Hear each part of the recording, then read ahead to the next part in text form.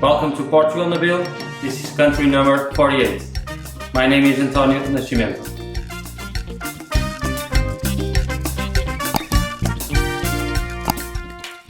Porto, Portugal, a hidden gem in the northern part of the country.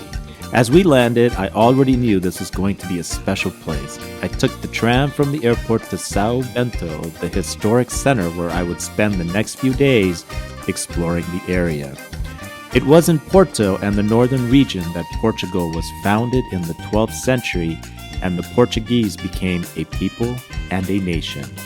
Porto, a UNESCO World Heritage City, is the gateway and departure point for a journey across the natural and cultural diversity of the region.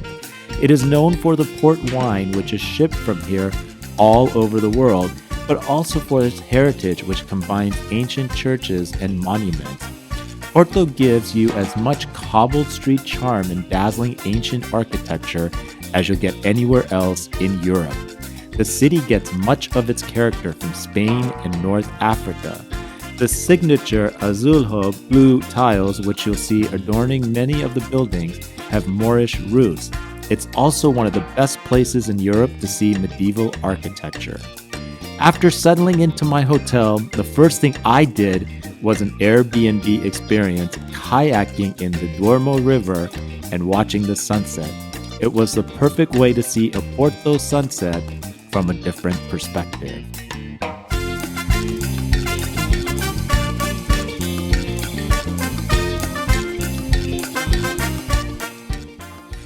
I arrived on June 23rd, the night Porto starts to celebrate St. John's Festival. Dating back to the 14th century, the annual celebration takes place on the night of 23rd of June, paying tribute to St. John the Baptist. The party combines sacred traditions in a night filled with food, culture, fireworks, and sending lanterns into the sky.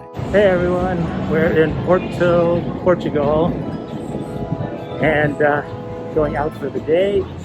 Pretty amazing. The cobblestone streets are pretty cool.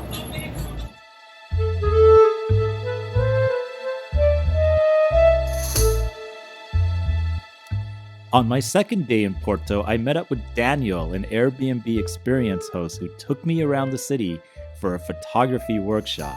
We walked through the most famous streets and views of Porto. It was awesome to learn photography while visiting the city and finding local jewels to photograph, while spending time to learn about Porto from Daniel, a local who has lived in the city for years. One of the coolest churches to photograph was the Capela das Almas, Chapel of Souls. Although the church's origins date back to the 18th century, the tiles were only added in 1929. The hand-painted tiles in various shades of blue add dimension and texture on a white background. Each individual tile is, in its own right, a work of art. But when you multiply it by 16,000 tiles, the total number of tiles that can be found on the church, the entire church becomes an enormous canvas.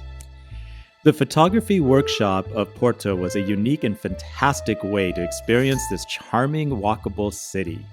After we finished, I headed to Lelo Bookstore. Some consider the prettiest in the world, and the younger generation know it to be where Harry Potter chapters were rumored to inspire the Hogwarts staircase and other visuals. J.K. Rowling once taught English in Porto and frequently visited this bookstore.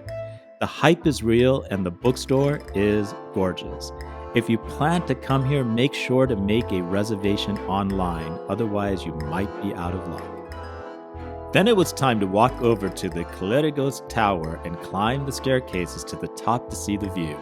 The church was built for the Brotherhood of the Clergy by Niccolò Nasoni, an Italian architect and painter who left an extensive body of work in the north of Portugal during the 18th century. Construction of the church began in 1732 and was finished in 1750, while the bell tower and the monumental divided stairway in front of the church were completed in 1763. At more than 75 meters high, after climbing 225 steps in the very hot weather and reaching the top of the tower, the view over the city is absolutely stunning. Then another gorgeous summer evening in Porto. The next day, we headed to the northwest of Portugal near the Spain border to enter Charis Mountains, Portugal's first and only national park. The area is known for its wild horses, Roman ruins, including the remains of a highway that led from Braga to Rome, fragrant pine trees, waterfalls, and where we are headed, natural springs to soak in some summer sun and warm waters.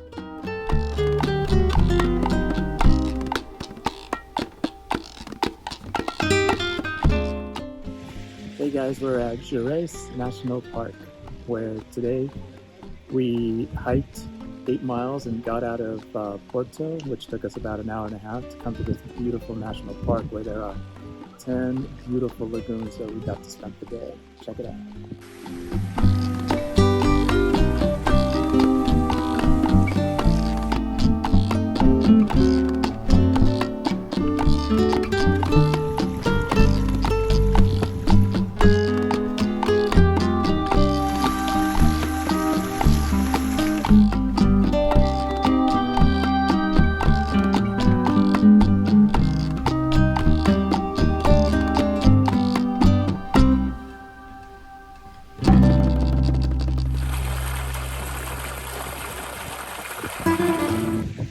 Pretty amazing, right? On my final day, I walked across the Lewis Bridge to the suburb of Porto called Gaia. It is known for one thing, port. In fact, this is where all the port wine in the world originates and has done so since the 17th century. It also probably has the best view of the city of Porto with spectacular sunsets. I spent some time relaxing, listening to music, and had a delicious packed lunch on the grass, and people watched. Something in the way she moves. I'm gonna leave her now. You know I believe in how.